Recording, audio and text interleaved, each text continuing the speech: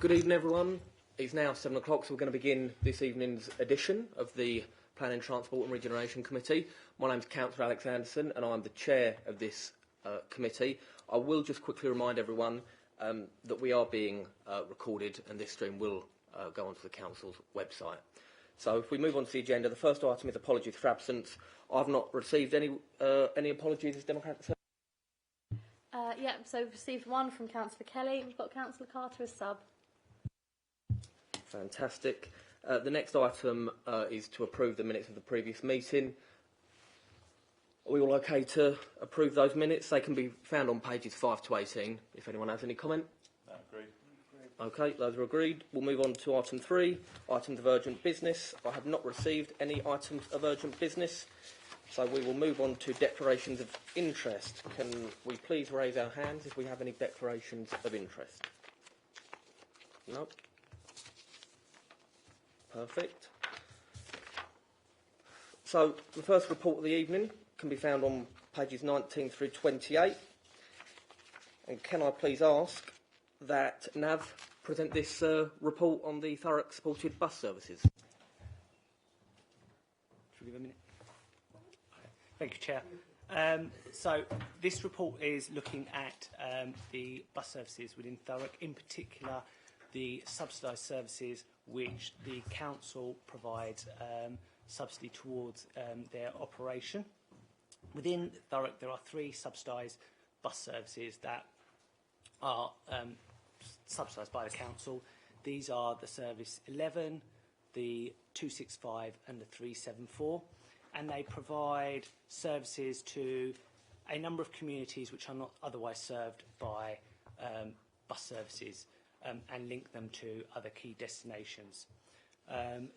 For example, the Service 11, which runs Monday to Friday between 7 and 7, and runs every 2 hours, connects the communities of Purfleet, Aveley, South Ockenden, North Stifford to the Thurrock Hospital, Grays, Chadwell St Mary, Alsett, Horndon on the Hill, through to Fobbing and then Basildon Hospital.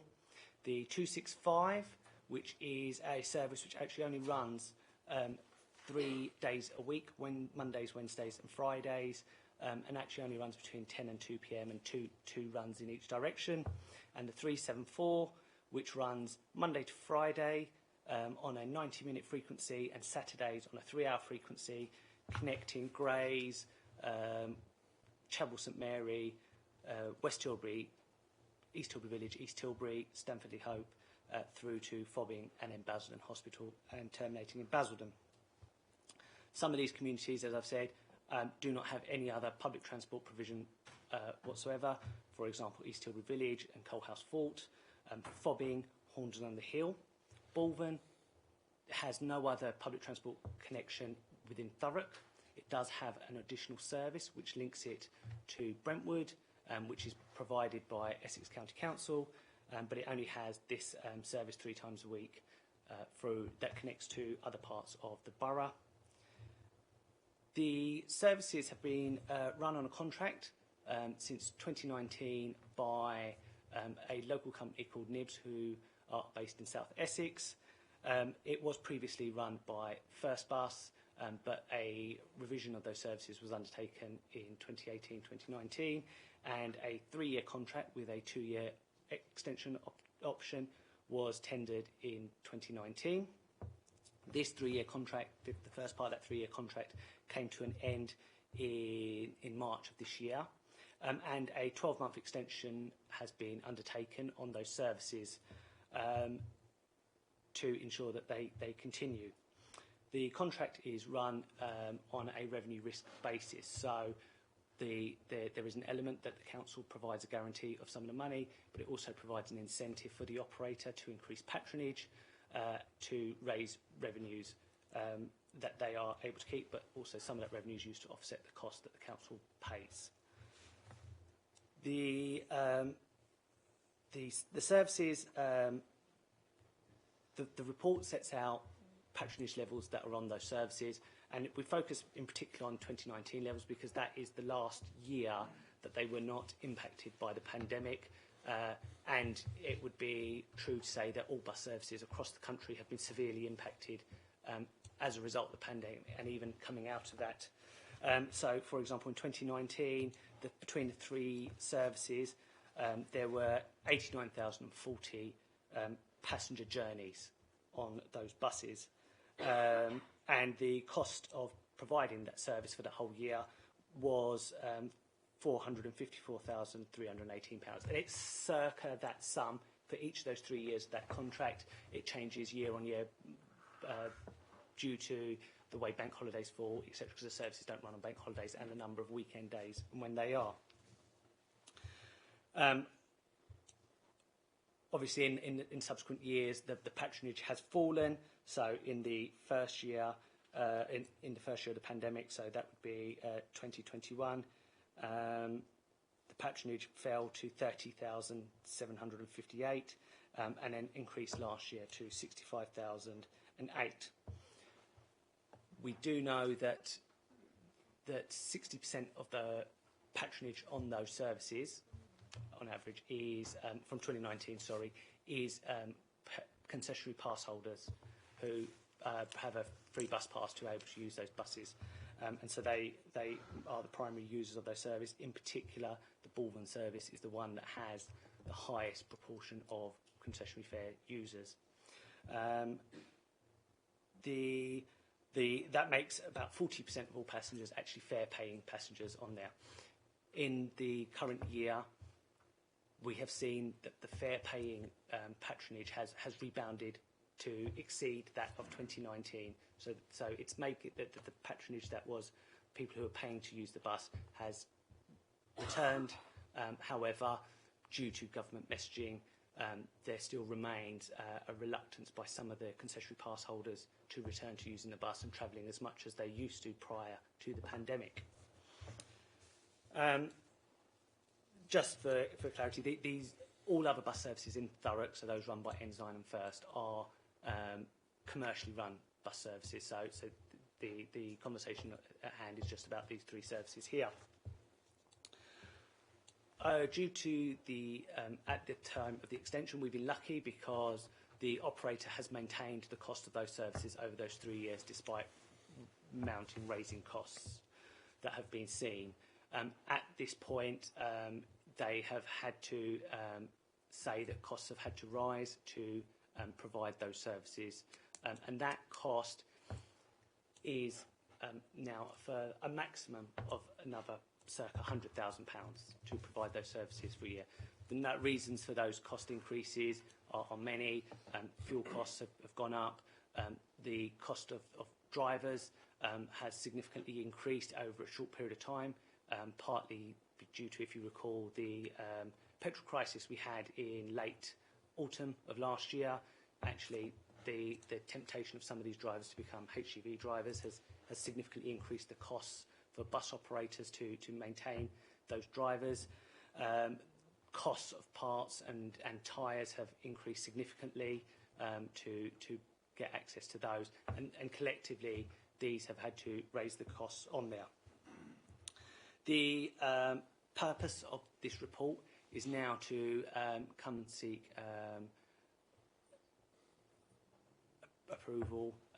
endorsement, to seek to have a review of these bus services to see whether they retain value for money given the changes in patronage, the increase in costs, and whether there still remains a need to provide these services in the current guise that they are, or, and this has to be one of the considerations, whether there is a need to maintain these services at all. Legally, the authority only has to explore whether there is a need to provide, but they do not have any statutory duty to provide bus services.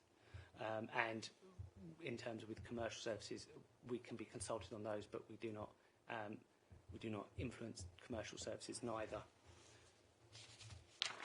Within that increased price for this year only, we have been fortunate to receive an extra £50,000 grant from the Department for Transport. It is the final COVID payment, and so therefore that has reduced our maximum liability of an additional £50,000 over as opposed to £100,000. However, we still expect that £50,000 to decrease further, because that sum that the operator had provided to us was taken before other grants and subsidies were taken into consideration. For example, revenues generated, and also other monies that they may receive, for example, because they go into Essex, that they will receive some funds from Essex County Council as well through their concessionary fares programme as well. So that sets out the maximum. However, there is this increase in cost, and it is a need to see whether these remain. The report sets out the process that we are looking to undertake on this process. Given the nature of the services, the number of communities that they support and people have access to, there is a need to have appropriate level of consultation with the community to understand their utilisation of services, understand their needs, what alternatives could be provided, and what options there may be. That is recommended as a minimum of a 12-week consultation due to the size of the programme, due to the size of the services that are being offered. Alongside that, there is still a big body of work that also has to be undertaken. Alongside that, a community equalities impact assessment needs to be undertaken, profiling and understanding of users, so that can support and evidence any changes that are required or may be required alongside the consultation. And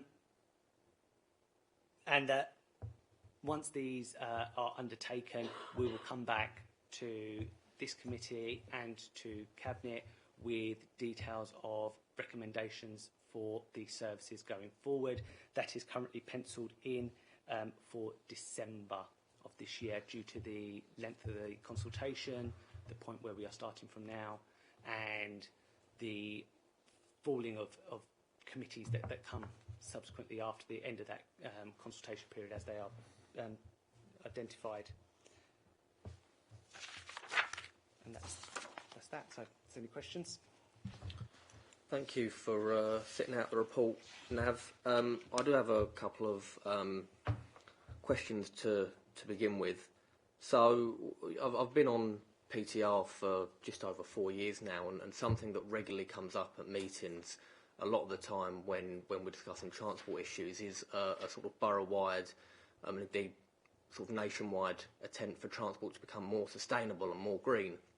So I understand that this, I suspect, will be looked at in detail when it comes to any consultation or investigation. But I just wonder, what are your initial thoughts on how a possible reduction of these services marries up with that? Because if we're looking to make transport more sustainable, etc., we often hear, encouragement of residents to move from their car, their petrol car, onto public transport. It's more sustainable, it's greener. So how do you think that those two marry up if we're looking at potentially withdrawing some services? So what this consultation and the interim time process provides is an opportunity to perhaps review how these services are provided. Is it still necessary for a large bus to provide that service if, for example, some of those are running with low utilisation, low levels of occupancy? So could they be provided in a different manner? Also, there is the opportunity of actually, are some of these runs still actually needed if there are very low numbers of users on some of these runs? And that's part of the process we're undertaking in terms of we're looking at 12 months of data, understanding when people actually get on the bus, what services are used, etc. But there is a consideration to be made in terms of how will people make those journeys if these services do not exist. And that's part of the consultation as well, to understand actually could they make those journeys, how else they would make those journeys as well. Okay, thank you. I'll just ask one more question, then I'll go to members of the committee. What sort of research, investigation is done by officers when it comes to understanding how much it does cost to run these services? So what I'm getting at is when we come to the table with NIBs, and they say, well, it's going to cost X amount to run this service and will require a subsidy of X amount. What investigation do we do to ensure that that is actually sort of what's required, and it's not more than what may be required? So we are very fortunate that one of the members of the team is a true expert in the industry, John Pope. So he has an incredible understanding of the bus industry. He has an incredible understanding of the costs, and he does have a very good relationship with the operators. He knows when they're pulling his legs. He knows what true costs are. He has worked his whole life in the industry. He has been somebody who started off driving the buses. He has operated services. That is one area where we have a good level of expertise and understanding in what is fair value in the services. He has a good understanding of what are the costs and charges of bus services across the land because of his involvement elsewhere in part of trade bodies as well. So that is an invaluable source of information that we have to help guide us through this. He has guided us through these previous processes as well. One of the bigger concerns we have is that we're don't really think that there are other people out there willing to run these services. That is a big consideration. When these were last tendered, there really weren't many other people who are willing to bid. And again, with someone like John who has his ear on the ground, he knows who is out there who may be or who isn't willing to do that. For example, we know that this kind of stuff is not really Ensign's cup of tea. They're not really interested in doing this type of work. They don't want to have anything that they subsidise and report to their council first, are significantly more expensive than NIBs were, hence the contracts as they were. Okay, thank you. I'll go to Councillor Allen. Lovely, thank you, Chair. I think we need to take into consideration the local plan as well. If we're going to introduce more homes, and the borough's going to get increasingly larger as well, so I should imagine the amount of uptake on the buses could increase in the near foreseeable future. But who will undertake the consultation, and will the consultation be extensive? Yeah, so thank you. We are planning for the consultation at this moment in time, and it is envisaged to be a mixture of digital, hard copy and community engagement combined. So we will looking to have the corporate engagement portal utilised as a central repository of recording the engagement. On top of that, we are looking at and engaging with the communities team as to how we get surveys and opportunities for people to respond within the communities that are in particular are affected. This is where that communities impact qualities impact assessment comes in terms of understanding where we are. So because some of these communities are slightly more rural, etc., there is a need to rely on more than just, oh, there's a digital survey, go do that. So providing places where people can both get the questionnaires that we're looking at and receiving that information, but also where they can have those collected from within those communities. On top of that, as you said, with the local plan, we're piggybacking off the Your Place, Your Voice events that are scheduled to take place over this time period as well, where we can have members of the team or members of that Your Place, Your Voice event to be able to have those conversations and to record and understand how these services are used and what concerns there may be out there. Thank you, Nev. Thank you. Thank you. Thanks, Chair, and apologies for being slightly late. I was held up talking, sorry. So, thank you for your report. The figures of the patronage of 65,000 isn't quite a true reflection because we were partially through a lockdown that year as well. So I would have assumed that would probably be that would have been up, and I think we should get a more of a detailed figure what is being used while we're not in lockdown to what we are in. In terms of the 3 buses, the 3 bus services itself, out of that, 2 stops at Allsip, which is hospitals, and at Basildon Hospital. And as it says quite rightly in 2.8, significant amount of these people are elderly or disabled. So I'm really interested in what you said previously was in the current guise that they may change, then what? What would you change to ensure that our elderly, that in these, across our boroughs, that are in villages, that use the hospitals, and we've got no form of bus work, like bus network, what would you do to ensure they get into those places? Because that's where this is being used more than anything, to be honest with you. Yeah, thank you, Councillor Watson. So the first point about patronage numbers. So as I explained, that's why we focused on 2019 figures in the report as the primary thing, because that was the first the last pre-pandemic year that we had. So we've got in here, so in 2019, so 2.8 at the top, 89,000 passengers. So that was the total number of patronage across those 3 services in that year, so 2019-20. So that's the, I suppose, what we're using as the baseline at this moment in time for what the patronage was pre-pandemic, before everything else changes. So just the subsequent years just say what those numbers were, and it's absolutely accepted that there were significant impacts on those services in those 2 years because of the pandemic, because people were being encouraged not to use them, etc. And it has had an impact on services even now.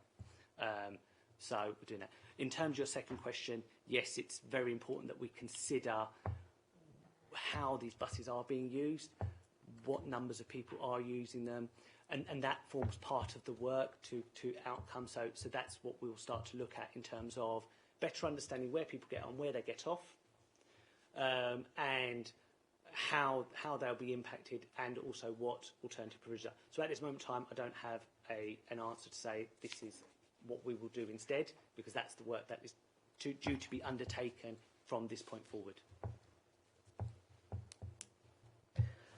So in terms of this though, so Lee, local plan. Now when we go to the local plan, we're already talking about the bus routes, what it should look like in consideration 32,000 homes coming. So is there an overlay on top of what this bus route is currently have that is ordered, that we can make sure that all the villages through the local plan have a form of a bus route going through them? If we cannot cannot afford this. However, I am very much against cutting this, because I just feel that our elderly and disabled are suffering here because we can't afford it, not anything else. So I just really feel that don't do anything until the local plan is going and we've got sort of an agreement what is happening with the bus route within the local plan.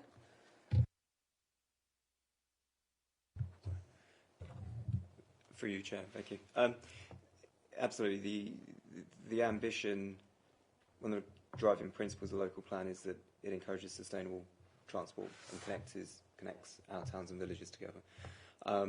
We then, as part of the local plan, we have our Thurrock transport strategy, which is then folded within the local plan. Again, one of the key driving principles is sustainability and active travel.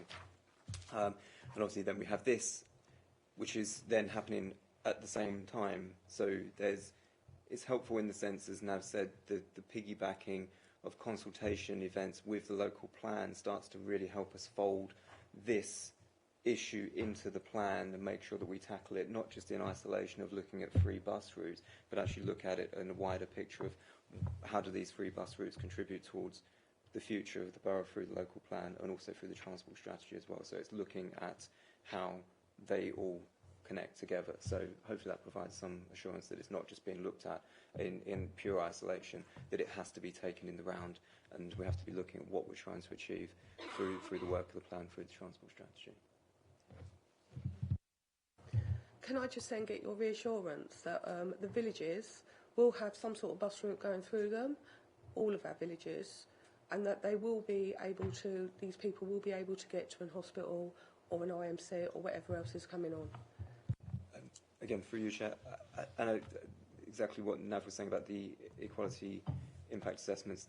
That's the core principle of that, is to make sure that unintended consequences are captured, so we don't look at sort of push-pull effect, isn't it? So a bus service disappears, but then there's health issues as a direct result of that. That's why we need to make sure that what are the consequences of doing this, and that's exactly what that consultation's to do with the equality impact assessment. Hi there, thank you for your report. I was just going to check the subsidy of £5.10 per passenger.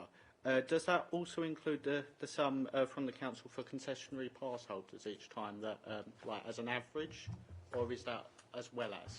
So that number is just derived from this is a number of passengers. This is what the out-and-out bus subsidy is for running those buses. You should really take the concessionary fare aspect as a separate sum, because we don't really have any control over it. It's a core central government requirement to provide that provision for all persons over the set age and with the appropriate disabilities. We have some minor control. For example, we allow concessionary travel from 9 o'clock, where as a statutory it's required from 9:30. We allow the carer, if there is one diagnosed for a disabled person, concessionary fare on for free. That isn't a necessary requirement. They're both small numbers in the grand scheme of things. But that's only if they've got a C+ bus pass, right? That is only if they have a qualifying bus pass that allows that provision. But again, the concessionary fare is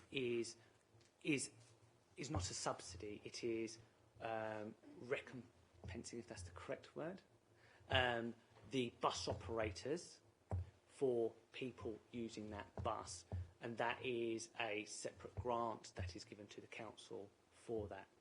And that's a very complex formula that I've only had the team for a very short period of time, so I'm not going to lie and say I know how on earth it works, but there is a standard way that they do that. Yeah, I completely agree. It's just that £5.10 is very expensive per passenger. So I do welcome the fact that we are looking at this, or opening up to a consultation. Like, is this worth what we're paying for the taxpayer? And it's worth having that conversation. It's not about having knee-jerk reactions straight away saying that this is going to happen or that is going to happen. It is about looking at is the Thurrock taxpayer getting value for money in this circumstance. So thank you for your thoughts. Councillor Allen. Yeah, very interesting. I mean, I can see the concern that certain councillors have got for the elderly and the disabled, with their hospital appointments. I mean, with the subsidy in terms of cost, do you feel that the current amount that we're paying for the 454,000, obviously that will exceed, as you said, by probably as much as another 100,000? Yeah, that's a maximum, so that takes into consideration other monies that the operator may not receive. So that is expected to reduce. Okay, thank you. So that would definitely take us over. I mean, that's over £500,000. It's in excess of £550,000. As council, I think you implied that council hasn't really got a duty of care to provide such a service to the people that require. Is that correct? That's correct. So under the Transport Act 1985, there is a need for the council to show that it has considered the need for providing services that are not provided by the commercial market, but there is no formal requirement to provide them. Would there be any requirement from council to sort of single out the elderly and disabled and perhaps provide something different for them. I know that there's a company called Transvol, I do believe, that does a lot of this work. Is there any subsidies? Is there any monies that we could look into, like hiring a firm like Transvol for such vulnerable elderly and vulnerable people? So again, that provides the opportunity to do this work, to see what alternative provisions are there. I've only had the team for a very short period of time, so I do know Transvaal were involved in kind of providing this type of provision in previous years.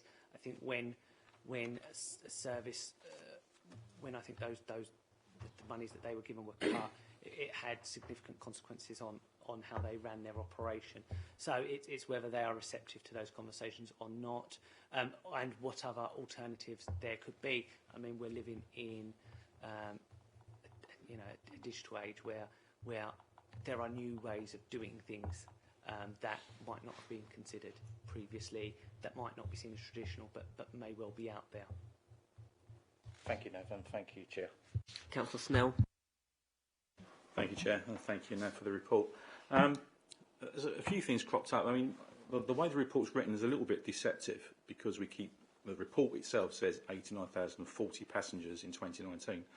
As we've heard, that isn't actually accurate. That's journeys. That's not individual passengers, in the sense that's not 89,000 different people getting on a bus. That's over the whole year, over 3 routes. Potentially, we could be looking at maybe 500 people, not 89,000, making multiple trips over the course of over 3 routes. And £5.10.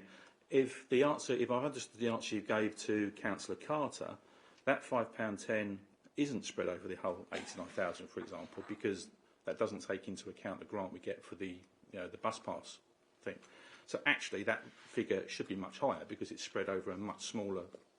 It's spread over maybe the 40% of the fare-paying passengers. So this appears, if that's correct, that it's a classic case of we keep hearing the word sustainable, and I think in this particular case, it's only sustainable if somebody else is paying for it rather than the passengers using it.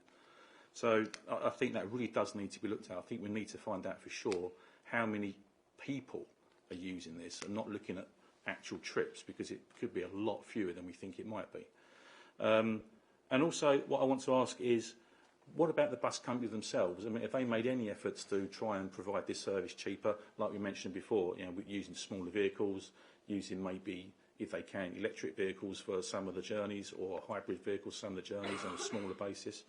And also, is there an option to do this another way? I mean, probably for that kind of subsidy for the non-fare paying passengers, a taxi might be just as viable, and they could call that as and when they want, rather than wait for a bus to turn up. Thank you. Yeah, thank you. So, just trying to recall all of the points. I think yes, you're right. It's passenger journeys.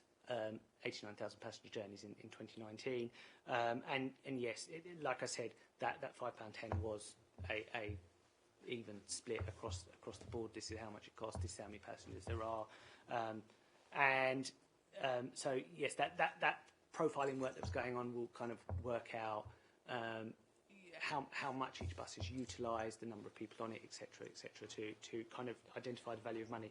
In terms of could the bus operator be doing more, we don't think that these routes are not making massive margins for the operator themselves. They're a small company.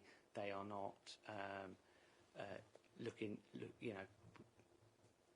I think with some confidence we can feel that they are not making significant sums off this. It's small margins that they are making, and the difficulties they are having, that there are significant cost rises. Again, like I said, they didn't raise their prices over the whole 3-year period. They kept them the same, and so those costs have been absorbed and accumulated over time, and it's just at a point now where some of those have increased. And again, on your last point, yes, there is opportunities within this work that we are doing to look at, to see how could these services be best provided. Are they providing the best use of money? Where who is getting on where? What is that utilisation? Could it be done better, differently? Yeah, thank you for that. Yeah, it's fair enough. I just think that if we're going to be getting reports like this, I think they need to be realistic. It seems to me this report is trying to not necessarily hide the figures, but that's exactly what it does do. You know, I haven't got a calculator with me. I'm not very good at mental maths, but then, you know, that subsidy spread over just 40% of that of the 89,040 is quite a substantial subsidy per fair-paying customer. And it becomes the problem becomes then is, does the council want to carry on using taxpayers' money to heavily subsidise people that otherwise could be paying without a subsidy? So it's a moot point. I agree that we should go to consultation. The other quick point is that, you know, we mentioned also hospital. Don't forget that will be closing soon, and we've got IMCs that hopefully will be opening up soon. So some of these journeys might not be necessary in the future. Appreciate the increased house building, but that's somewhere down the line. We need to sort this out now. Anyway, thank you. Councillor Raper. Thank you for the report. You partially answered my question when you spoke to Councillor Allen earlier. On 3.3, you talk about it would be insufficient and inappropriate to hold an online-only consultation. Will you have the manpower to actually conduct a thorough consultation that isn't relying only on online things? I mean, these bus routes span the whole of Thurrock from one end to the other. Possibly, it might be a sweeping statement on my part, but possibly a lot of the customers that are taking advantage of this may not be comfortable with online services. I know my ward isn't affected, but a lot of the residents there struggle with that sort of thing. And also, if they're not necessarily coming out now, do you feel confident that you'll be able to get to most of them? So this is where we have been engaging with the communities team to understand what is an appropriate way of consulting, doing that. So they were. They did tell us quite early on, you know, it wouldn't be sufficient just to do the online consultation. That is where we are looking at, okay, where do we, how do we promote these consultations in terms of putting out posters, etc., to highlight to people that this consultation is taking place, how they can access that, trying to localise that as best as we can as well. So in terms of, you know, actually having a localised poster saying where you can submit the survey questionnaire, in terms of you could post it back, you could go online to do it, or you can, this is the location where it will be, and trying to work with the most appropriate people to find what the most appropriate location for those are. At the same time, we are, you know, realistically not able to be in the community at all times for the whole 3-month period. So that is where working with the Your Place, Your Voice team, understanding when they are going to be in key communities. I believe they are going to near enough all of the locations that are impacted, and to be able to have those conversations and engagements with them through that medium.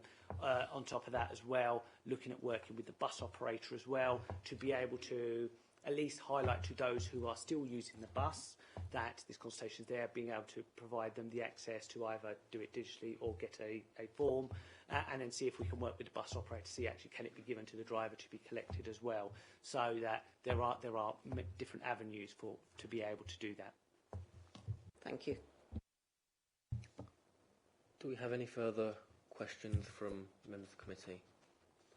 No. Okay. Then we'll go to the recommendations. But before we do, can I just ask that when this comes back in December and we've gone through the consultation, can we get a correct figure for the subsidy that we're paying for this? As Councillor Snell raised a good point there, that these figures aren't particularly reflective of the truth on the ground, I think. So if we can get a better set of figures, that would be appreciated.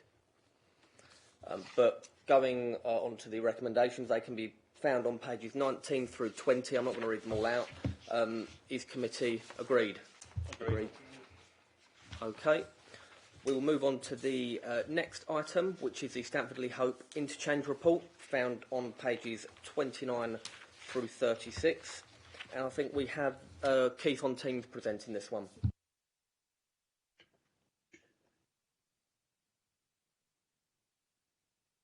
Good evening. Can you hear me okay and see me okay? Yep. Excellent. Okay, this report provides an update on progress of Stamford Hope new station and transport hub project. So the project comprises of two phases. Phase one, which is the construction of the new station buildings with footbridge, lifts, widened platforms and information systems. Phase two is a bus turnaround facility, passenger drop-off and cycle parking. The status of the two phases. Phase one is now in detailed design and construction implementation stage, and phase two is in the concept design stage. So phase one contract award was made in early March to our successful contractor Vulcan Fitzpatrick Limited. We are still negotiating the final details of the contract implementation of the actual sign-off. We have a meeting with their commercial director this Friday, where we are hopeful that we will finally get ink on paper and be able to implement the contract. Meanwhile, we've actually put a letter of intent in place to mitigate any delay, so the contractor is working with us in developing the next phase.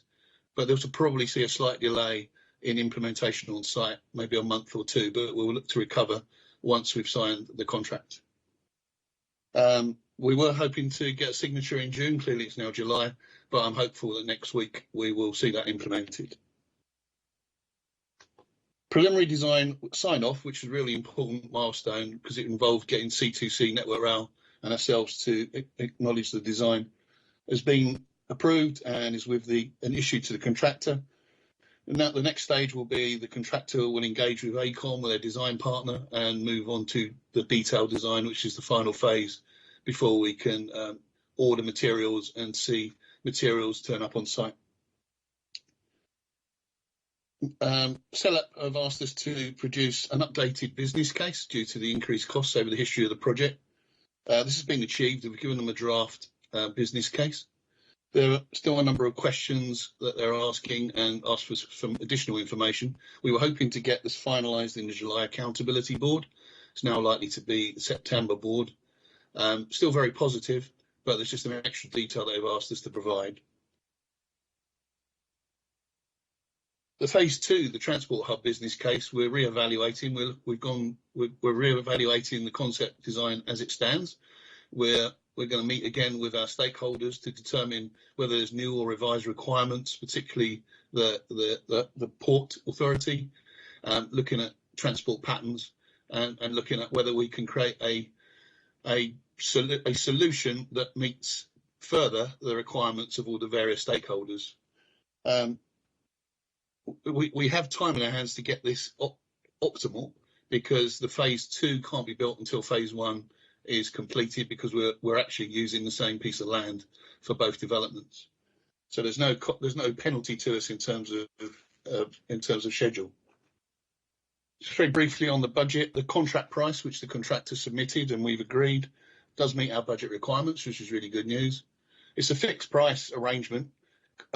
I think part of the hesitation on signing up is clearly construction inflation is a significant issue right now, and I imagine there'll be some conversations and details about how we manage that in the future. In terms of the schedule, I've set out in table 3.1 the key milestones to date and the future ones. and as I mentioned, once we get the contract signed, then we should see activity on site by early enabling works and obviously some sites set up, which will be, I think, a major step for us. And we look forward to seeing that very quickly. In table 3.11, I've just set out key risks and opportunities. There are many risks, of course, in all construction projects. So I just wanted to give a flavour of the type of risk that's typical of this type of contract, this type of project, and some of the mitigations that we've already got in place. Our actual detailed plans are more detailed than this, but it's too much to put in this report. But it's just to give a flavour of the type of risks that we deal with. And also there's a section on opportunities on the plus side, that securing early possessions with Network Rail and having a good relationship with Network Rail is absolutely fundamental to the success of this project. I meet with a senior steering group with their route director, met today in fact. We violently agree on the success criteria of this and two other rail projects. So Network Rail are slowly but surely becoming a kind of partnering arrangement with us, rather than just an asset protection body, which when they're in that mode, they can be quite difficult to work with. So particularly, we've also got Gray's Underpass on their agenda, which is mission critical to them. So we're using the leverage of our 3 rail stroke civil projects to get a more partnering arrangement, which I think will be advantageous. We're hoping if we got obviously approval and something called to get the design done earlier, we can have a situation where Network Rail become visible of the design as it moves, so that it's not a process that takes a whole duration and then they start looking at it. So we're going to bring them along the journey on the way. They'll be part of the design team as such. And there's a number of areas where we could reduce piling, for example, in the platforms, which will give us schedule and cost opportunities. So we're already looking at what's called value engineering, which is a way of manoeuvring money out and giving greater value. So there's a number of opportunities, the phase 2 business case being an example. And already Kevin, who's in the room with you, he's been working on the business case on phase 2 progressively. And certainly he's been in contact with our housing arm in the council, looking at better opportunities of using the land in the future and potential economic benefits of the project in that case. So that's work that's continuing and hopefully will bear fruit in due course. So that's the report. If there are any questions, I'm happy to take them. Thank you for the report, Keith, and I will ask a question before going to committee, and it's probably one of the obvious questions related to delivery. Obviously, as you say, the plan was to sign the contract in June. We're now into July. Do you envisage that having a knock-on effect on the construction start date? Obviously, in your table, we've got summer this year. Are we still looking at summer this year? I hope so. I'd like to think so. I'll know for certain on Friday, or more certain. I think we could. If we bear some of the opportunities that we've considered, I think we can claw back some of the time anyway. But I'm still keen that we get at least enabling work. So that was always the case. We're not going to. When I say construction, we weren't going to be digging holes at this stage. It will be setting up the site and putting up porta cabins, things like that. The detailed design needs to be finished before we actually procure anything. The letter of intent has at least mitigated some of that delay. I think there will be some delay, but not more than a month or two, I hope. It's difficult to state. And then in terms of the schedule, once we've signed, then the contractor submits his formal contract programme, and it's only then, really, we'll know the full answer to your question. And just how confident are you that the dotted line will be signed on Friday? I've been confident for the last few weeks, but every week's slipped by. I am confident. And we're meeting their most senior person. I think the current construction market is making it slightly spooky for them, for the contractor, that is. We had a lot of detail questions on the legalities as well, which hasn't probably helped. So I'd say I'm 8 out of 10 confident we'll get it this week. I think we'll get it eventually, but 8 out of 10 this week anyway. Right, because that was the current climate being the way it was a concern for me and what effect that was going to have on this. So, yeah. Any Councillor Allen? Thank you, Chair, and thank you, Keith. I think I'll be right in saying that this project's been a disaster, really, and I don't know whether it's down to mismanagement. It's just taken so long to get as far as we've actually got, and I know we're sort of getting a little bit further on now, but it's taken forever. My question would be, we would have had an initial budget envelope to deliver this station. Although you said you're in talks with some contractors to undertake the work, and it could be a fixed price arrangement. I do know that we've had to spend more money in acquiring more land. I mean, there was the Daybreak Windows site that we had to pay extortionate money for. Initially, I do believe that the original plans were they weren't very good to start off with. So we've wasted a lot of money already. You talk about the detailed design. and I think that's changed considerably. So the question, Keith, is the initial budget envelope was X amount, and we've now got the budget envelope to date. Now, will we still be delivering within that budget envelope, or how far or how much have we gone over that budget envelope? The budget envelope, we're certainly confident we'll deliver the phase 1 station within the existing budget envelope. As I mentioned, we're still looking at the scope for phase 2. And I can't say with any great confidence whether we will or will not meet that budget envelope. But part of the proposal for phase 2 will be look at the new funding, or deliver greater benefit, and maybe look at an increase in funding to make it more viable. But phase 1, the station, we're very confident. Not only does the contractor's price come in within budget, we have a respectable amount of risk allowance within the budget for that. Clearly, we can't price every risk, but we've certainly got what I call a robust schedule anyway. Do we have any further questions from committee? Councillor Watson.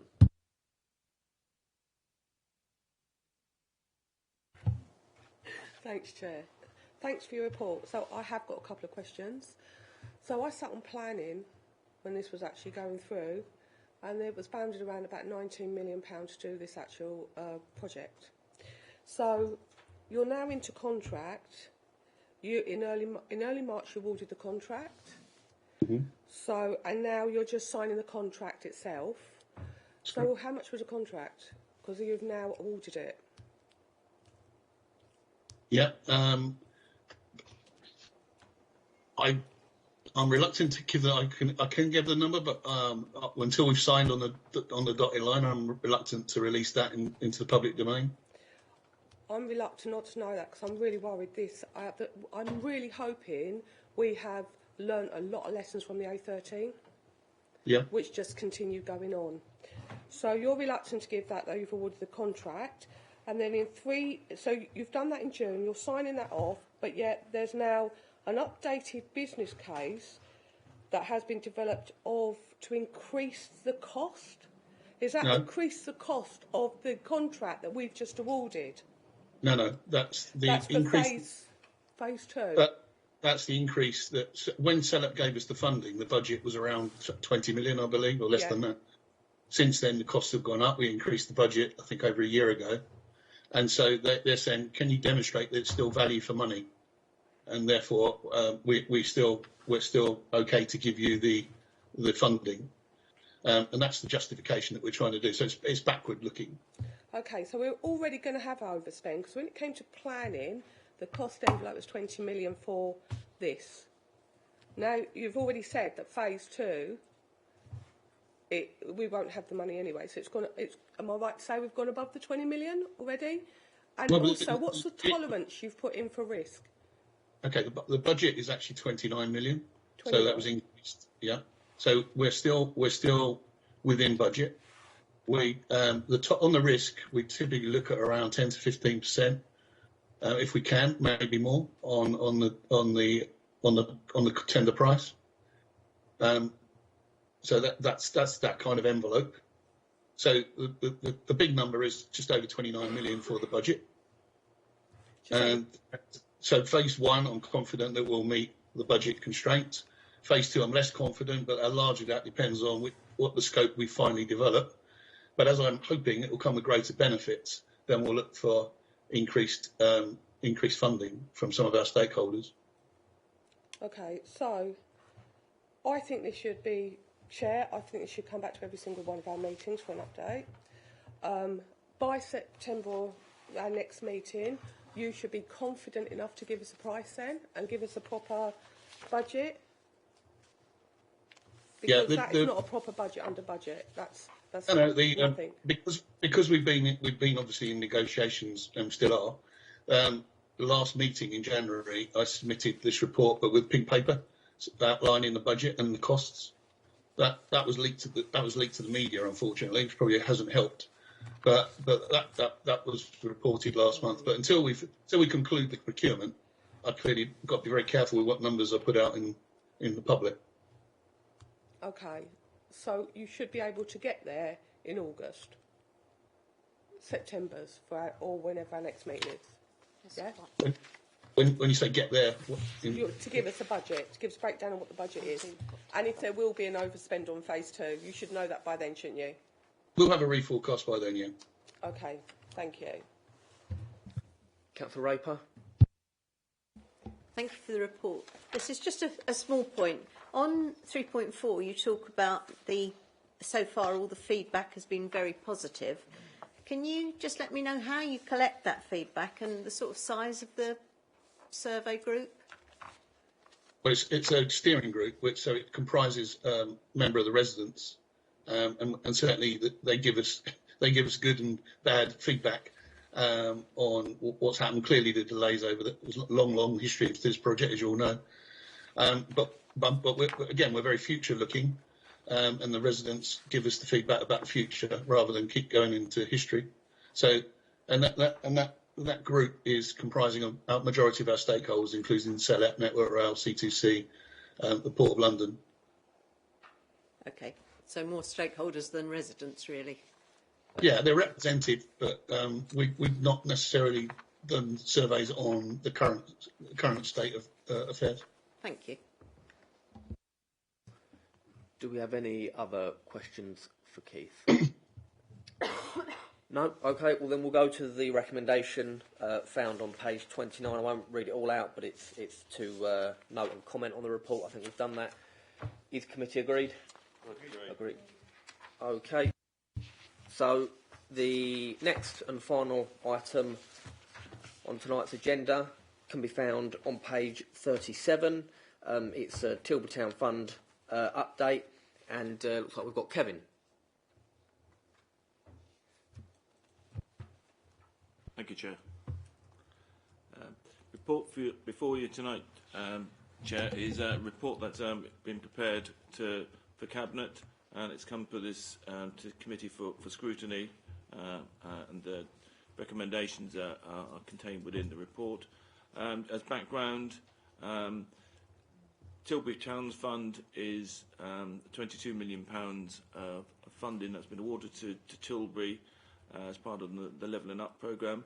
There's a series of gateways that we have to go through with the department to draw down the money. The first tranche of monies was drawn down in December, and we've got a deadline of the 5th of August to submit a revised programme and summary business cases to go through the next gateway, which is the approval of the full amount of the 22.8 million.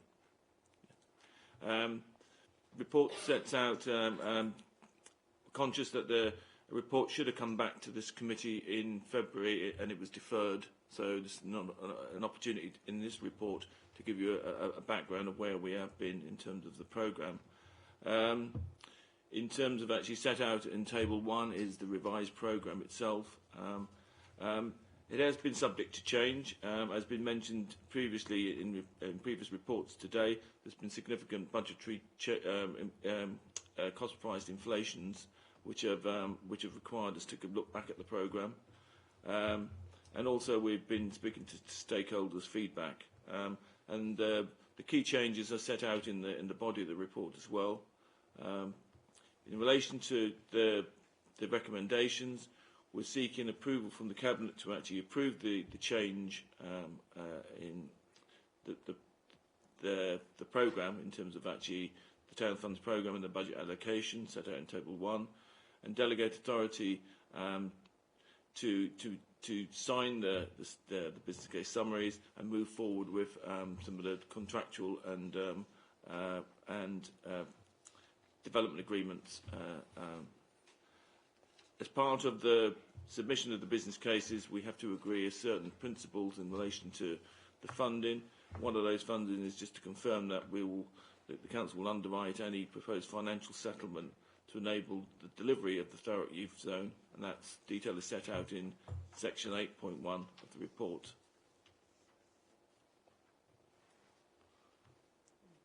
I'm happy to take questions or... Thank you for that report, Kevin. Our certainly think it's a real positive that we're looking at over £20 million of investment into Tilbury. I think it's a really good thing that there's a recognition and political will to do this. My question is a subject that's briefly been touched on in the previous item, and you briefly mentioned it there, and it's related to cost inflation of materials going forward. So we've got a revised budget here of 22.8 million, and going forward, the programme's completion end date is March 2026. As we look forward and inflation running at the rate it is, how confident are we that budget accounts for that risk down the road? Thank you, Chair.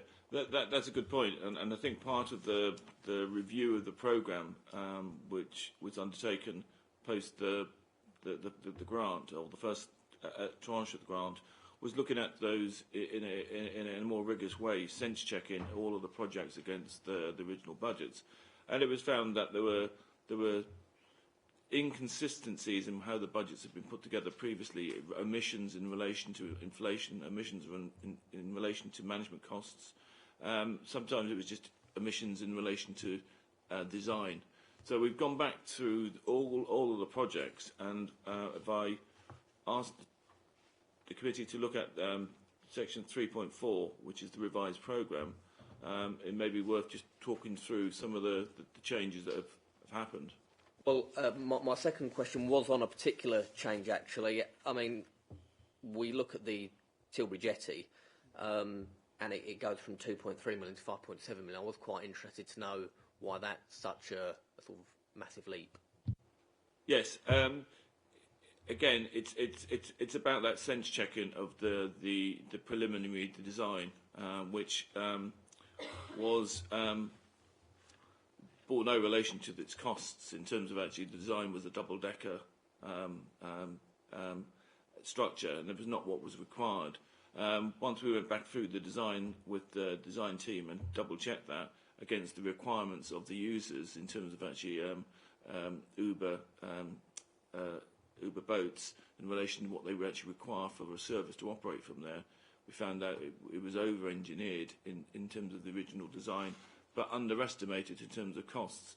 In terms of actually the significant increase, that now reflects a cost if we went to the market post-planning in Q3 next year. So we factored in, we've indexed in the inflation that's projected.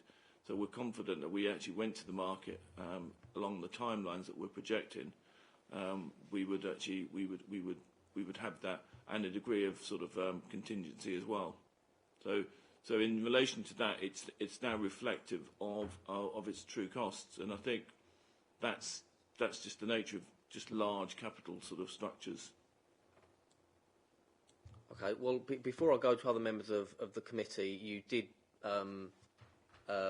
say that you might want to go through a few of those in the table and give us a slightly more detailed overview. If you want to take the time to do that now, then please do. Thank you, Chair. I think one of the key things in terms of actually the sense checking of the programme was looking at the new build requirements for a community hub, as it was termed, and an adult skills centre, which were to be delivered as part of a group of buildings, including the Tilbury Integrated Medical Centre. Talking to services within the council and the community, there was no great desire for that facility. It was more about there was a requirement for a consolidation of services and looking at the existing buildings. So in many ways, it was an opportunity to look at a delivery strategy which would save the council and the community money, but also deliver it in a different way. So working through the board and services, it was agreed that rather than building a new building, we would reuse existing buildings, and that, if you look at the budget for the heart and the community hub and skills was originally 7.1. It's gone down to 3 million, or just over 3 million, and that's given the board the flexibility to look again at how budgets can be reallocated. So that's been one of the biggest changes in the delivery programme that's been proposed and agreed by the board. And I should have said it has been consulted with the services as well. Thank you. Councillor Allen. Thank you, Chair, and thank you for the report. What you touched on there, Chair, was the jetty and the costs escalating. I think, personally, the jetty will be more beneficial to the port operations. What with they're planning more cruise ships coming in, I understand, and it would probably be a great way to travel, out of London, instead of going by road, coming down on an Uber boat to get your cruise. But I see it being more beneficial to the port operations than what it would be to Joe Public as such. Even though I would be, I'd look at using it myself. I'd like to go up into the city on the boat and come back down. The IMCs you touched on, they were promised to be, up and running before the services expired at Allset.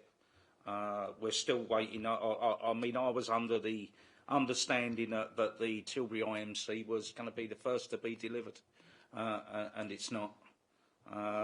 We've had the former fire station demolished.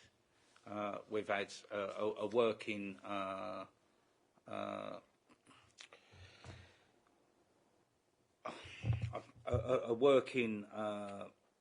guy in there. I know he was on the peppercorn rent, but he was very good with the community. People used to go in and use his services, keep fit.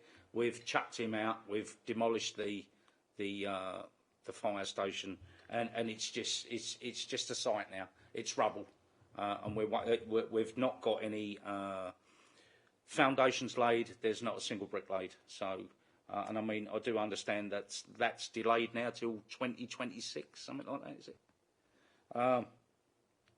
Also, I see that it's written a number of site options have been examined, and the preferred site of the youth zone has been identified on the anchor fields. Now, can I ask who has examined that, and who has identified the anchor field to be the preferred site? Would that be the closed board of the Tilbury Town Fund Board, which I will add that is only existing of one political party and not open for any other?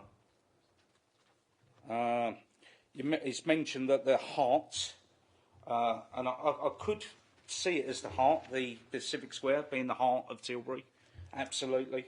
But the anchor field behind it, that sits behind it, obtains more of Brenham Road and London Road, really, than Civic Square. And I can tell you that it's listed as of one of two remaining spaces in Fields in Trust Green Space Index. Now, we keep hearing that from certain political party that Tilbury needs love. It's not giving Tilbury love, taking away its green space. So, is there not? I mean, we're being held to ransom, really. We're being held. The people of Tilbury are being held. It's either the anchor field or lose the facility. Now, is there not another alternative for this youth facility to be built? Because the general feel that I get from Tilbury and its residents are they're for the youth facility, but not for the location. And I will tell members that I've got a petition running that I'll be producing to council. Would you like to know what it says? It says, "We, the good people of Tilbury Town, and I, the undersigned, hereby oppose Thurrock Council's proposal to build any more building on what's left of our open green recreational space on the anchor field, Tilbury, which is clearly listed on Fields in Trust Green Space Index." Thank you. Thank you, Chair. To try and answer those, in part. I would turn back to the original Town's investment plan, which was a document which was considered by this committee and Cabinet, which listed a number of key projects, and the youth zone was one of those. In terms of actually the benefits that you could bring to the young people in Tilbury, and those are set out and been recorded before. In terms of actually its location, I think it's always been subject to review. I think within the Tilbury investment plan, which was published, there was a preference for a site within Ankerfields, and that's clearly set out in the document itself visually, and that's what we've been testing. Part of the process about going back through the rigour of it is we've been looking at the sites that were examined as part of that process, and they've included the old youth centre on Quebec Road, which was deemed too small, but against the criteria that was set by the town investment plan, which was a council-owned site, which was available, which was highly visible in the heart of the community, and one which was could be delivered in the timescales. So those were the criteria. So the Quebec Road was looked at too small and isolated. The police station site was considered again for a footprint of around 1,700 square metres. It was considered too small, and also it wasn't a council-owned site. There was going to be a cost involved in acquiring that site, and also in terms of timescale, it wasn't available. We looked at the children's centre as an option, but then that's currently a children's centre, and there's no plans for it to be moved. We looked at other sites in terms of actually on Dock Road, Hume Road, Hume Avenue. They're industrial land at the moment. There's the industrial designation, but that may change in the future. But talking to Asset's colleagues, in terms of actually there's quite large remuneration costs associated with those, and also it didn't meet the criteria of actually being in the heart of the community. And it was about an alignment of the new buildings which would sit within Civic Square, and that was part of the rationale that was agreed as part of the original town investment plan. In terms of actually the logic behind Anchor Fields is that options were considered in terms of actually Daisy Fields and elsewhere, but the consideration was they are more active recreation facilities, and they're actually sports fields laid out as such. And so the rationale, that's why the Anchor Fields location was selected, or as a preferred location. At the moment, what we're looking at is looking to do due diligence around the sites. As I said, or the report sets out, in due course, reports would have to come back to this committee and to Cabinet for major decisions to be made. Equally, it would be still subject to planning and a full consultation on any proposals that came forward, and that would be subject to a sequential test to show that we've actually looked at other sites and they're not viable or not available. So that would be part of that engagement. Where we are at the moment is that we are engaging, or we started to engage with residents, and on-site as an organisation will be doing a full, comprehensive public consultation on the proposals, more details will come forward of the proposals in due course, and that's the balance. I think one of these things is there is a balance to be had with a lot of these proposals. There's lots of benefits, there's lots of concerns in relation to downsides, but then they would have to be considered as part of that sort of planning process. Can I just quickly ask, do we have an idea of how much space would be left on the Anchor Field were the youth zone to be constructed there, like 20%, 50%? What would be left of? It would be still, I mean, it would still be substantial. I think that the point. Where's your mic? Sorry. The point about the design process is to be led by the minimal land take would be required. So that would be subject of the design process that you would look to design the building so it had the smallest footprint going or available. And there's flexibility within that design process, and that design process is not taking place; it's ongoing, and that will be part of that engagement. So I haven't got a figure that I can say it's this, because it could change. Councillor Watson. Thank you, Chair. So I have got a couple of questions, if that's okay. So, reading this report, Councillor was right. There was a strap line that Tilbury needs love, or Tilbury needs love, Some care love. and attention. Some love. Sorry, I stand corrected by Councillor Carter. Some love. According to this, they've got no love. However, the Port of Tilbury seems to have lots of love. So I just think at the moment that looking at this programme of works and what benefit does it do for the people of Tilbury, because the projects that you have reassigned would be the projects that will be benefit to the people of Tilbury. If you're doing regeneration or you're making something loved, then you start off by something at the train centre or Dock Road, where everybody goes through, not the Port of Tilbury, and then you just push it forward from there. Now, I just feel that like the costs on the Tilbury Jetty, by going up by £3.5 million that we didn't know about, is quite a substantial amount of money, to be frank with you, and it's going to be only used by Uber. So can Uber contribute?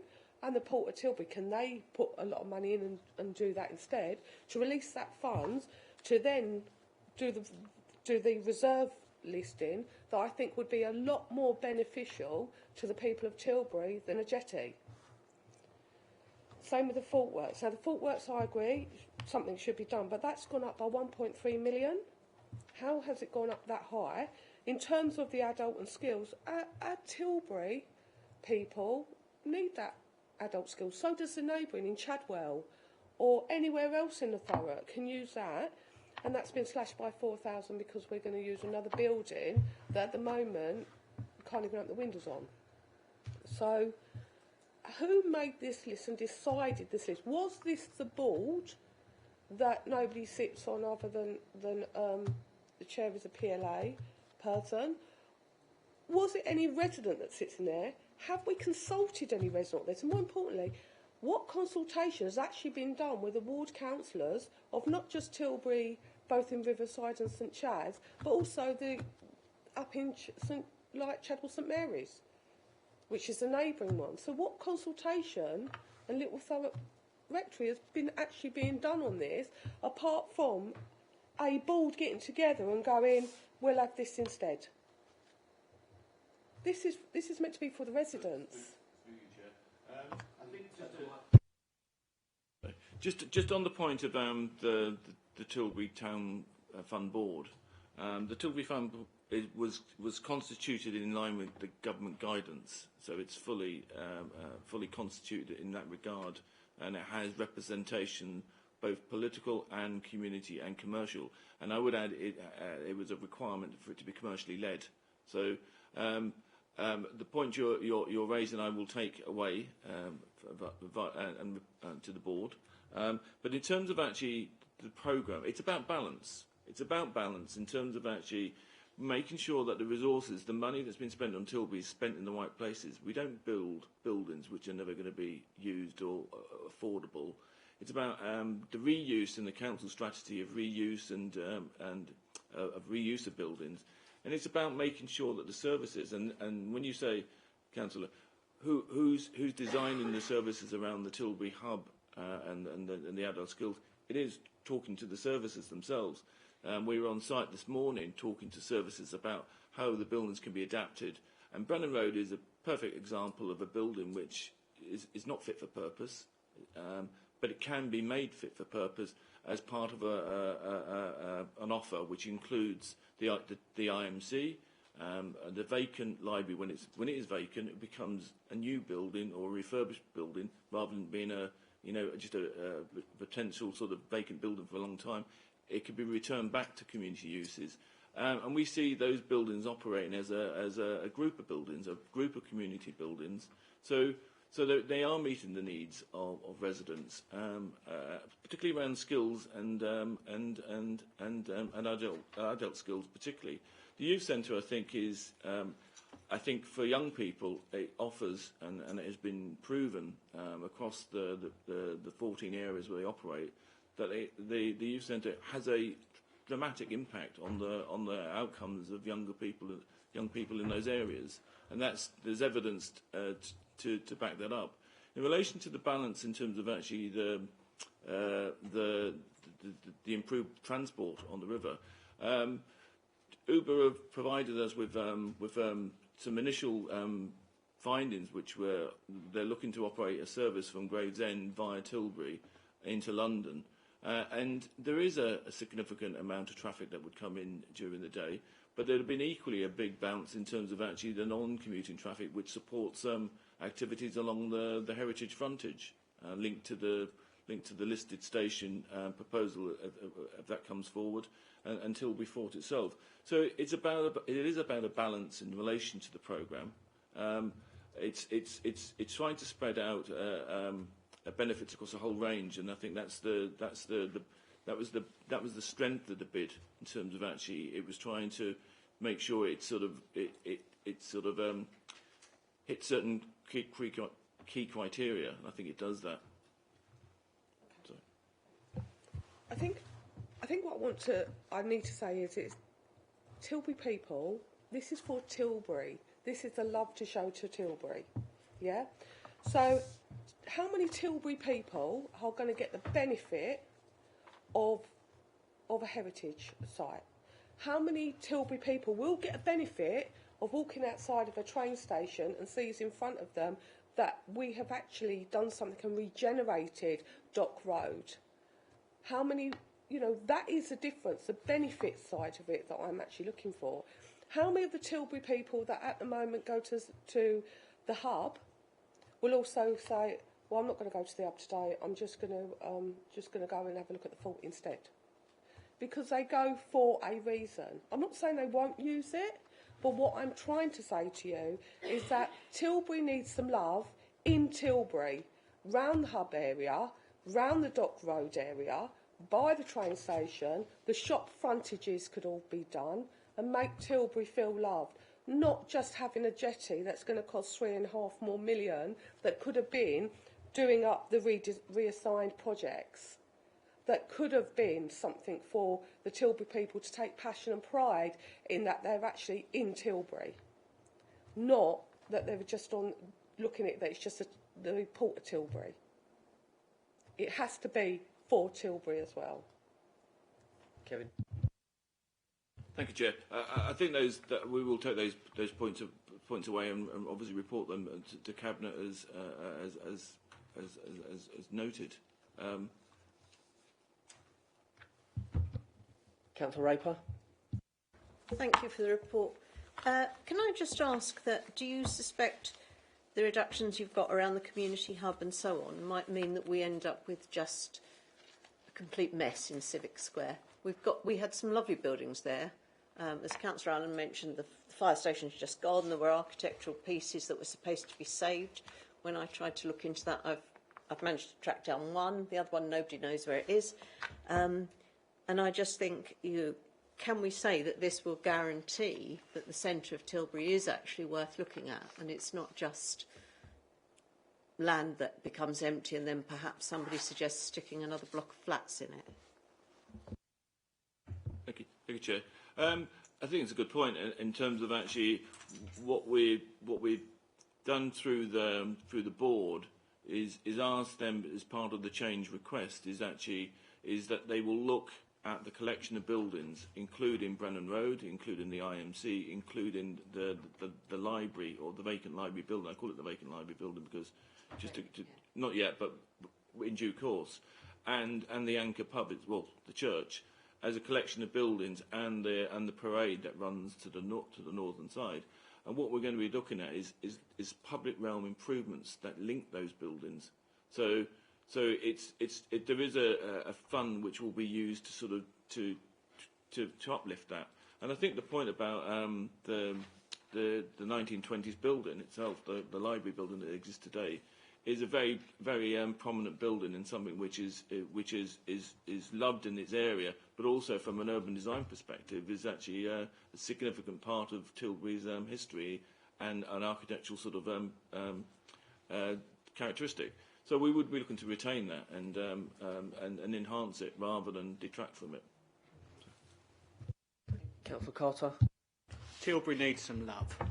We have all heard it, you're right, and it does. And I'm very happy with the heritage added in. Thurrock has huge history, and a lot of that is in Tilbury.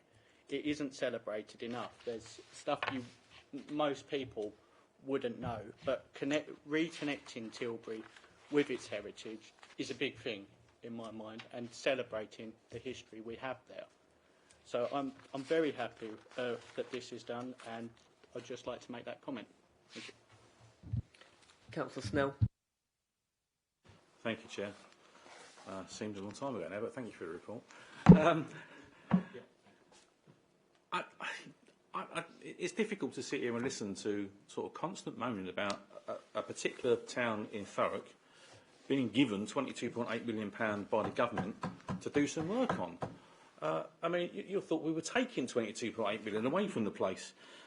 It's unbelievable.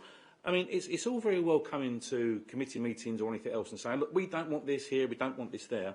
Well, what about coming to the committee with another idea? Where can we put it instead? It's very easy to say, well, we don't want it. Well, you do want it. People, we sit in these committees for years and years.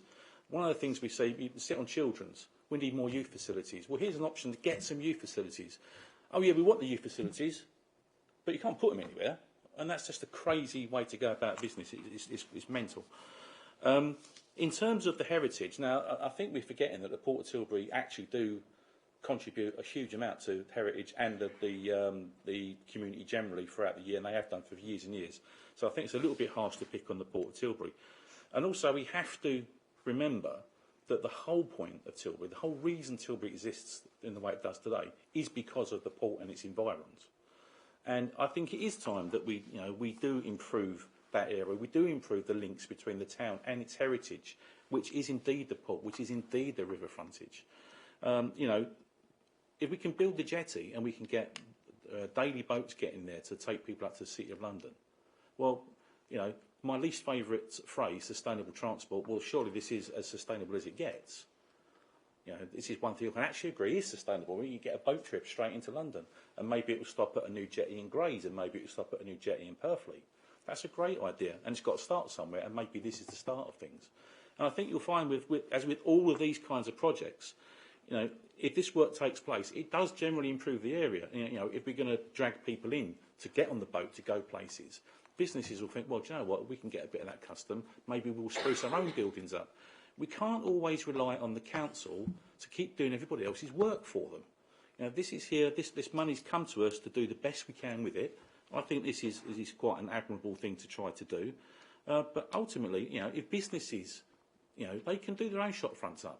They can make their own streets look clean and tidy. Last time I went to France, every morning they're out they're brushing down the streets, walking down the streets every morning.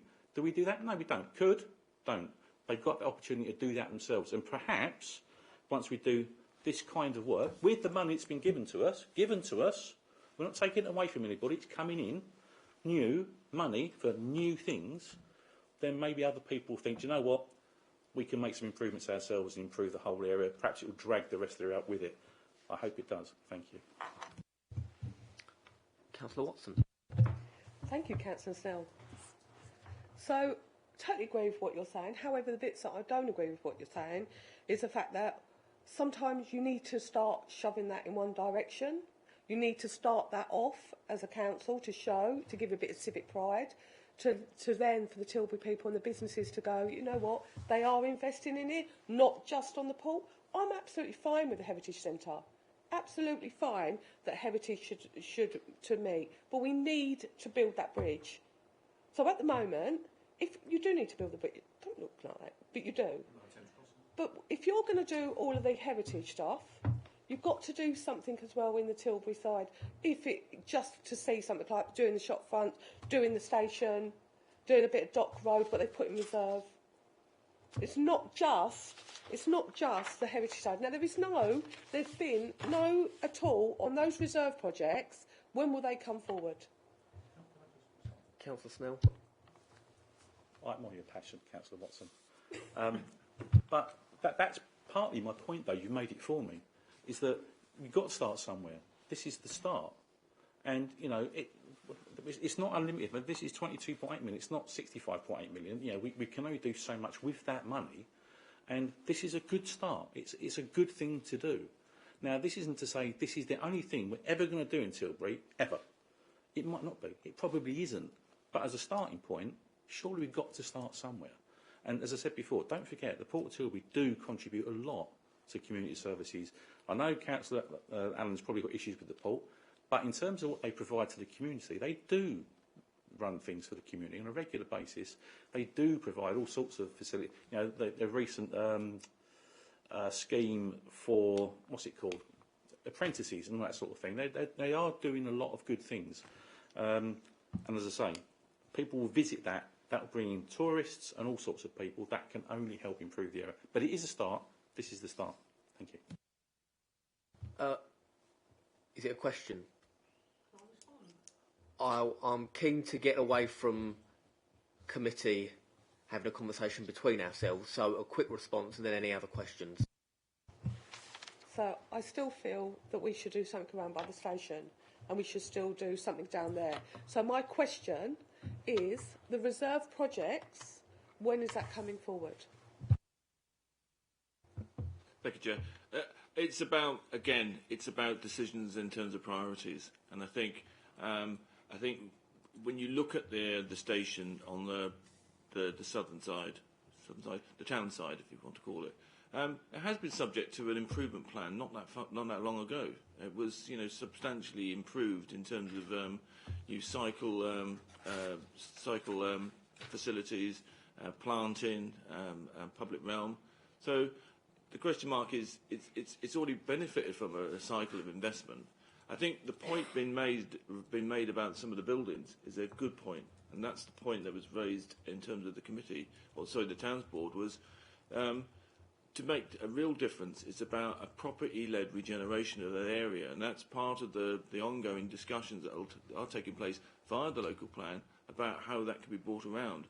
But it may be not for this round in terms of actually funding in terms of the Towns Board, but a longer-term plan that needs to be put in place, which looks at the properties in and around sort of the Calcutta Road, which are in a poor state of repair, and that need to be subject to some sort of wider planning action. And that's the point about whether they go to the reserve list. It's about we don't stop, just leave them alone. We start looking at them in a different light, in a different forum. And so we will look at a different solution to them rather than sort of just putting money into a public realm scheme when the real problem is with the buildings themselves. So. Any other questions? Councillor Allen. Thank you, Chair. No disrespect to you, Kevin, but long before you was hired to be an interim strategic lead for Regeneration, in the past we've seen Thurrock Council make poor decisions over the anchor field. So the anchor field hasn't benefited at all in the past from decisions that have been made. I mean, we had a full working sports facility there, which become unfinancially viable in the end. It closed. It was subject to arson, so it got burnt. It changed the classification of the field completely from a green space to a brownfield site, and now we see a huge building on there with 40 units, 40 flats, 40 accommodation that's occupied by Newham Council. So in terms of council making poor decisions, they've done that already, and I believe they're still making poor decisions with regards to the anchor field because it hasn't benefited, and I believe that it's still not going to benefit from this youth facility. Look, the clear message is the people of Tilbury are saying yes to the youth facility, but no to the location, and I'll rest it there. I will carry on with my petition and I will submit my petition at a later date. Thank you.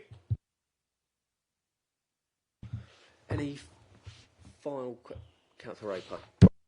Thank you. I'm just really following on from something that Councillor Allen has said. A lot of the objection to the building of the youth centre on the Anchorfield is the fear that it, will be taken advantage of again and it will end up being a brownfield site. Can I ask, you say in here that it's been identified as the preferred site. Can I ask by whom that decision was made? And can you also share with us which other places were considered? I know you mentioned a few. You mentioned the Daisy Field, which would not be welcomed either because that's a protected green space. Sorry, Chair. I'm happy to share with the committee some of the background information which lists them out. That would be helpful in terms of the analysis that was done. Yeah, you can liaise with Democratic Services for emails. More than happy for you to send that round. And the second point is if the proposal does go ahead, then we would look to covenant the land or the uses and particularly the lease in relation to its uses to offer that safeguard. If that was the case. Councillor Allen. Kevin, therefore, I've got one question to put to you. Do you deem Fields in Trust as a charitable organisation or an outside body? Do you deem them to be absolutely useless at protecting and maintaining green space because you're quite willing to take away that green space, which I state again is listed on Fields in Trust Green Space Index? So, Chair, again, we're going into the detail of actually that part of the constraint, and that's one of the identified constraints that we have to be working through as part of the site selection process, and that's an ongoing discussion, and that will form part of any public consultation that goes forward from here on in. And again, as I would reiterate, this is still subject to planning, and then we'd have to go through the sequential tests, and also all of the constraints which are on the site would have to be addressed accordingly. Any further questions from committee? Okay, well then, before we go to the recommendations, I will just briefly say, as there's been good discussion on this tonight, I don't at all question the sincerity of members on this committee. I know that everyone here is community-minded and wants to represent their community as best they can, but certainly from my point of view, I found this a really positive report. I understand there are some concerns, but I do feel as though there's a good mix here. I think heritage is really important. I think, like Councillor Carter says, Tilbury is a really historic place. I understand. I think it was it East Tilbury or was it Tilbury where Queen Elizabeth gave her speech, that famous speech. It's a fantastic place with a lot of history, and I really appreciate the sort of attention you're giving to the heritage of Tilbury. But then at the same time, we've got some really practical offers here as well in the form of the adult skills offer and the youth centre. I know you'll continue with your petition. Absolutely. And I'll wish you well with it. But I think having that youth centre, pride of place in the middle of Tilbury, next to the Civic Square, sends a message that we care about our youngsters, that that they occupy our minds and we want the best for them. So I do see this as really positive, and I look forward to seeing where it goes. But with that, we shall move on to the recommendations that can be found on page 37 through 38. Can I ask, our committee agreed? Agreed. Okay. Well, then we shall close we have one last item, which is the work programme. Is there anything that anyone wishes to add to the work? Councillor Watson? So I've got quite a few, if that's okay. Sorry. Go for it. Okay, if that's okay. Yes. I really think that the Stamford Hope station should come back at every meeting, so we can keep that going, Chair, to keep an eye on that. Can you hear me? Yeah, I can. Yeah. Grays Underpass, Grays Regeneration Master Plan, that is now going out to consultation. Purfleet Regeneration Plan, that is out for consultation. Perhaps next February or something, the Town Fund, or this comes back. What we just had. We had the parking strategy in July 2021. So that might be back to, and it'd be really good to have a local plan update in October. Thanks. Anything? I've got Lee? Thank you, Chair. We have local plan consultation feedback and next steps. That's already scheduled for February. So that follows from the working assumption that we're taking Reg 18 Part 1 to full council in October. So that would follow after that. But we do have a pretty packed agenda for local plan task force, which what we'd look to do is to share reports from task force with PTR ONS, if that helps, because then it can cut down your agendas where you don't need to make decisions on items going on to cabinet, but at least it keeps you in the loop as to what's going on with the local plan. That's okay, that would be good, because I'm on the local task force, like local plan as well, so it will feed it to the regeneration of ONS. Is that okay? Yep. Thanks for that, Councillor Watson. Obviously, this evening we've had 3 reports, and there's been some really good discussion, but it's still taken us nearly 2 hours. That's a good thing. It's given us the time to go through and talk things in detail, and so I'm keen not to have sort of 6, 7 items on an agenda, because it just leaves us in a position where we're not constrained by time. So we'll add those to the work programme. I'll look at where we can place those. And on the Stamford Hope report, I don't have any problems with that coming back. In the instance there are meaningful updates, of course. Chair, especially next one, we should get some budgets back. Anything else? No? Okay, well, I'm going to close this meeting here. Thank you, everyone, for attending, and have a nice evening.